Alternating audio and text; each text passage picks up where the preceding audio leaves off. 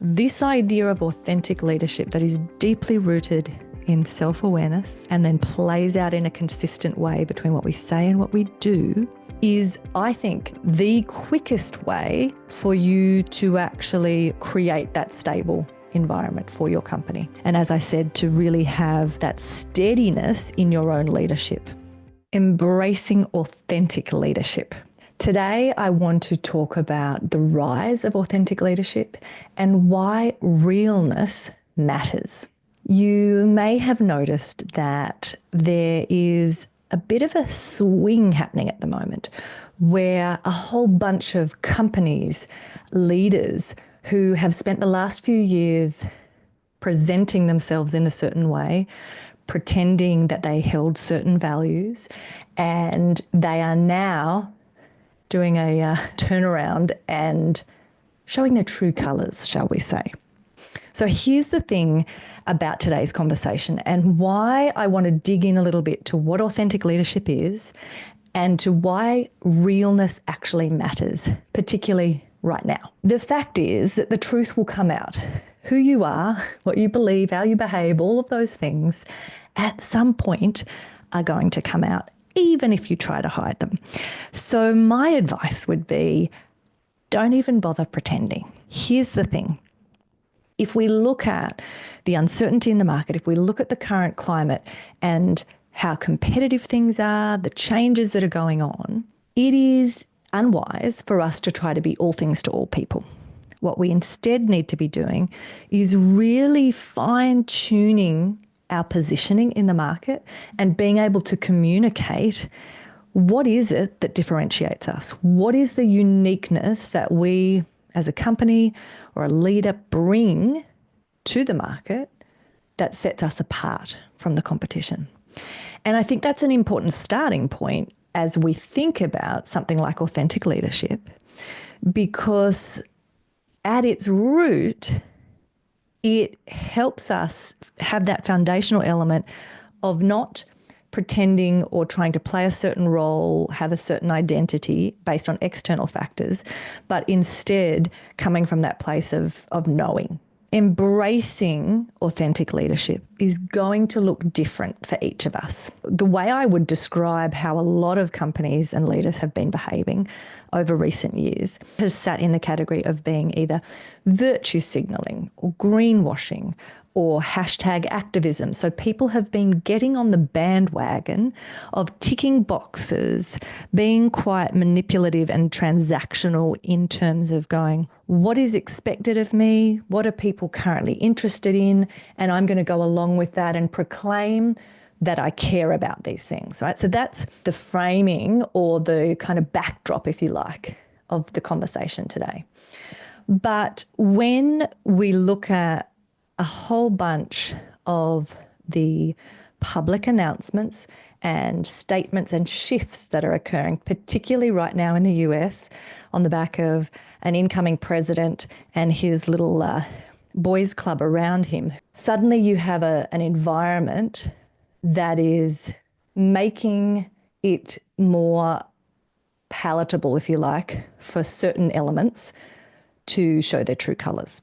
Companies that are now coming out and saying, they're against diversity and equity and inclusion, that they are publicly talking about some of these elements to do with how they hire, who they hire, what they will and won't support, and having some pretty disgraceful ways that they are treating their staff and speaking out in a hateful way to the broader community. I would argue that this is less a shift in those companies' actual core values or their company's actual culture. It is more the mask coming off. And as I said, it's them showing their true colours. This is who they always were. And that piece is really important. We need to be careful when we venture into the territory of things like talking about culture, well-being, values, all of these words that can be empty jargon and are when most people use them. And if we want to see the benefit of these incredibly rich ideas, then we have to go deeper in the way we think about, reflect on them, and then the continuity in our behaviour between what we say and what we do.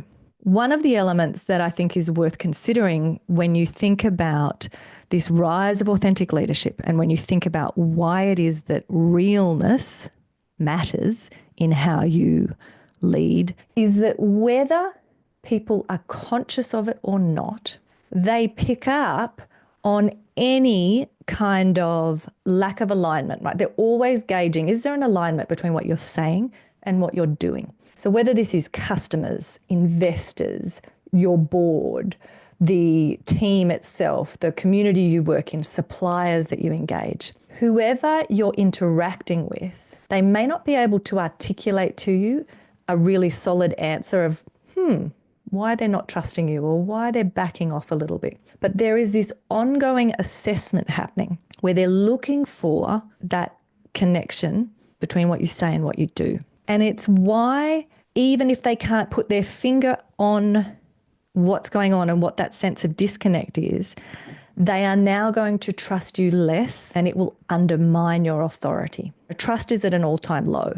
We are in a market where it is taking longer. So people are really taking longer to make a buying decision. They are seeking validation from more touch points and they're looking deeper into you and your company before they choose to engage. That's the reality of the market that you're working in. When all of those things are in place, you putting out publicly a sense of your leadership style, talking about your company in a certain way that is inauthentic is really dangerous territory to go into. I am in no way saying that there is one way to lead or one set of core values that is right or good. What I am saying, though, is that you as a leader need to do that work to draw out, articulate, and then continually over-communicate those elements that are foundational for your business. When you communicate who you are as a company, what is important to you, where your deal breakers are, how you're going to show up, all of those things, you will absolutely put some people off, regardless of where you land. There will be people that violently disagree with you or who think that you are wrong or, even stronger words than that, right? We're operating in a pretty tense time. So a lot of people will be put off. That's okay. The right people, your tribe, the people who connect with, resonate with, and feel a sense of rapport to who you are in terms of those things that you've now publicly put out there, they will be drawn to you. And it will be a deeper and stronger connection that is less transactional and more about a shared sense of identity or values or purpose, which is going to be a much more desirable outcome, if you like, for your business over the long term to build that solid foundation to have a flourishing business even in uncertain markets. So again, there's not a right or wrong answer here. I'm not telling you what you should care about. I'm not telling you how you need to articulate certain core values or a certain type of leadership, but I want you to be thoughtful and then consistent. So what is authentic leadership? You'll often hear me quoting the ancient idea, know thyself. I see authentic leadership as being rooted in that deep sense of knowing. So another useful idea around this same concept can be found in the way that Aquinas talked about in class. And here's the kind of description. In class is when something or someone reaches its own fulfillment and realization. This idea of becoming what you were truly called to be. We can take that at the level individual from your leadership style and can also push it out to think about the company itself. So whether it's brilliance, authenticity, integrity, concept or word you're using as your thing, the idea is the same. You are seeking the fullest, truest expression of you. I'm going to tell you a little story that will give you a sense of how stepping into that fullest, truest expression of yourself that I just gave you the description of, can play out in a way that helps you step into your authority as a leader and make sure you're showing up as your best when you interact. So the story I want to tell you and the example I'm going to give is to do with conferences or big events. I have always known that I was a deep introvert, and as an adult, I have been diagnosed and realised the extent of, even beyond that, my unique little mix of neurodiversity. But what that combo of me means is that I am absolutely hopeless at a conference or event if there's like a big group and I'm sat at a table having to have small talk. Someone like me is absolutely useless in that setting. I have no interest or ability to kind of engage like that. And so what I realised many years ago was that it wasn't a good use of my time or effort, and I would in no way have my best on display if I went to those events and was just sitting at a table or one of many. Because the truth is, the moment it got awkward or uncomfortable, I'm going to pretend I have a phone call and I'm going to walk out. I'm going to listen to the content and deeply engage. I love thinking. I love learning. Very curious mind.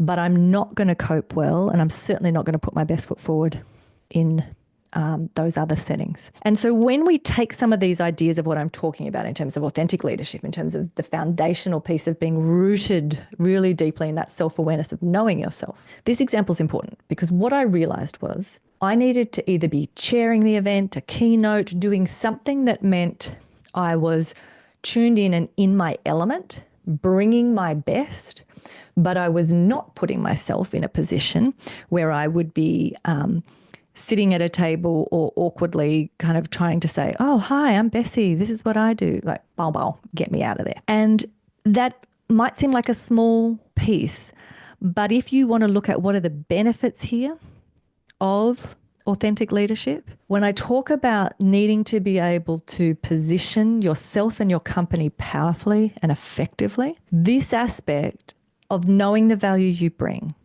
and then being able to really lean into and create those conditions that allow you to shine and show that brilliance or differentiate your company or your own personal leadership are important. And they come down to things as practical as how you interact at a conference or a big event. Know yourself, and then rather than fight it and try and force yourself and say, oh, I have to get good at small talk. Okay, sometimes you're going to have to do it. But don't keep putting yourself in positions where that's the only way someone's going to be able to get a gauge on you and make an assessment of whether you add value or not. If you're hopeless at that, you do not want to be being assessed in that setting. Given some context around what authentic leadership actually is and how it's rooted in that aspect of knowing yourself. But the next piece around why it's important, we come back to this element of the market we operate in, that there is such a low sense of trust at the moment in companies, you know, the business setting, those in authority. And so the reason why this is important and the reason why I'm saying choose carefully and truthfully where you plant your flag is that you are going to actually undermine and make it harder to do business in these current times if you are too afraid to actually reflect and show your cards in terms of where you stand. If you try to play it safe, you will put off an appeal to no one. If you pretend and try to put on a mask and be what you think the market or your customers or your team want you to be, and then it is not their experience that there is a connection between what you say and what you do, that is going to undermine your authority and your position and the trust. So really, your only option is to do this work and then lean heavily into what it is that is a truthful reflection of you and your company and what's important to you. I want to circle back for a moment to the idea I raised before around the wonderful work that Patrick Lencioni did to do with values and the distinction between core values and aspirational values. It's really important that as you start to embrace authentic leadership, as you take seriously the rise of this concept of authentic leadership and why realness matters, I want you to get really clear and explicit in the way you communicate the difference between these two things. There are going to be elements of your leadership where that honest, clear-cut piece of this is who I am, this is who we are as a company, and these are the elements of how we behave and show up, right? Those pieces that are core values, there will be some of those that are really strong, really clear, and already present. But there will also be elements of your leadership and your company's culture that are still emerging, right? We're all growing, we're all evolving. And so the concept of aspirational values is really useful here in your exploration of authentic leadership, because it can help you not just feel demoralized or trapped in who you currently are or your current behaviors or ways of engaging as a leader, but give you that room to be in the space of becoming, to speak into the aspirational elements of what you know needs to be present for you to be successful in the future, but that isn't yet core to who you are. But I would encourage you to use that also as a part of your exploration when you're thinking about authentic leadership. The last piece I want to talk to in terms of the benefits or why this is important, why you should really start to embrace authentic leadership yourself in your company and the way you're showing up, is that when you lead from a place of self-awareness and there is that continuity between what you say and do, you are going to find that there is a really grounded steadiness to the way that you lead and to the energy that you bring, right? So those settings that you are involved in, when we think about something like culture, when we think about the well-being of staff, when we think of all of those different elements that will contribute to you building a really robust and solid, stable business, this idea of authentic leadership that is deeply rooted in self-awareness and then plays out in a consistent way between what we say and what we do is, I think, the quickest way for you to actually create that stable environment for your company. And as I said, to really have that steadiness in your own leadership. We are long past the days of being able to bark orders to people, think we can demand respect or have these interactions that are really a power struggle. Those things are signals of your own insecurity. They are from another era, and they are no longer going to be the ways of behaving or the qualities of your leadership that will set you apart. If you want to step into that fullest, truest expression of yourself, the encouragement that I would give you on that journey towards authentic leadership is to say that if you lead from that place of authenticity, you will create a more stable environment. You will build a level of trust and rapport that draws the right customers to you, draws the right team members to you, the right investors, whichever key stakeholder group you're looking at. This type of way of operating and the consistency that it brings, the stability that it brings, is going to set you up to thrive in any market. And at the end of the day, if we look at the core message of a whole bunch of the work that we're doing from a benefit capital perspective with business leaders, it is about that being the outcome, right? Businesses that survive and thrive in this market do business differently.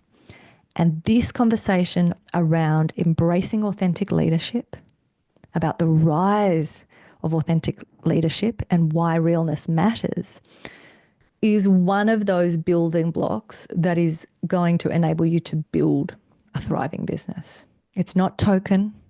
It's not ticking a box. It's not a one-size-fits-all thing where we're going to give you the answer of how you should lead or what your core values should be. But I'm hoping that there's been some ideas today that can help spark your own reflection and encourage you that this is an exploration worth doing that will pay off absolutely moving forward and in the way you build your business.